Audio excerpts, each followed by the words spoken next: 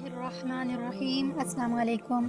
आज मैं आपसे ख्वाब में हज करने, हज पर जाने और हज न कर पाने, हरम शरीफ में लब्बैक कहने, हज का दिन देखने, हज वाजिब होने, खाना काबा में नमाज़ पढ़ने और इससे मुतालिक मुख्तलिफ़ सूरतों की ताबीर के हवाले से बताऊँगी।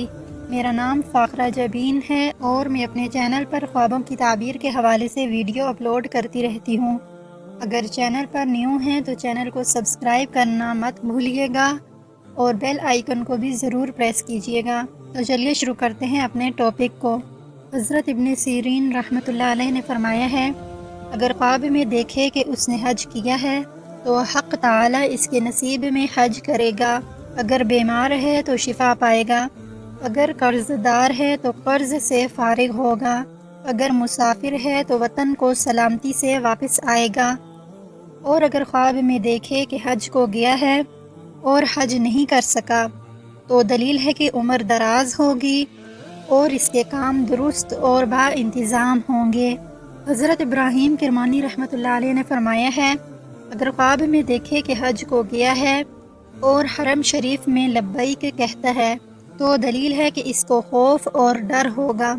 और अगर देखे कि हज इस पर वाजिब हुआ है लेकिन वो हज नहीं करता तो ताबीर है कि साहिब ख्वाब अल्लाह ताला की नेमतों की नाशुक्री करेगा और अमानतों की अदायगी से इनकार करेगा। और अगर देखे कि खाना काबा में नमाज पढ़ता है तो दलील है कि बुज़ुर्गों से नफ़ा पाएगा और इसका काम बेहतर होगा। और अगर देखे कि अरफा का दिन है तो दलील है कि किसी से सुलह करेगा। हज का दिन देखना, जो शख्स देखे कि वो लोगों के मजमे की जानिब रवाना हुआ है तो वो गम और फ़िक्र से बरी होगा।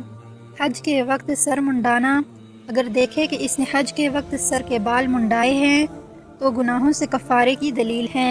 आज की इस वीडियो में इतना ही। चैनल को सब्सक्राइब और वीडियो को लाइक कीजिए और कमेंट में अपनी राय का इजहार ज़रूर कीजिए। इन ख़ासुल ख़ास दिनों में मुझे भी अपनी दुआओं में याद रखिए। हाजिर होंगे एक नई वीडियो के साथ, तब तक अल्लाह निगहबान।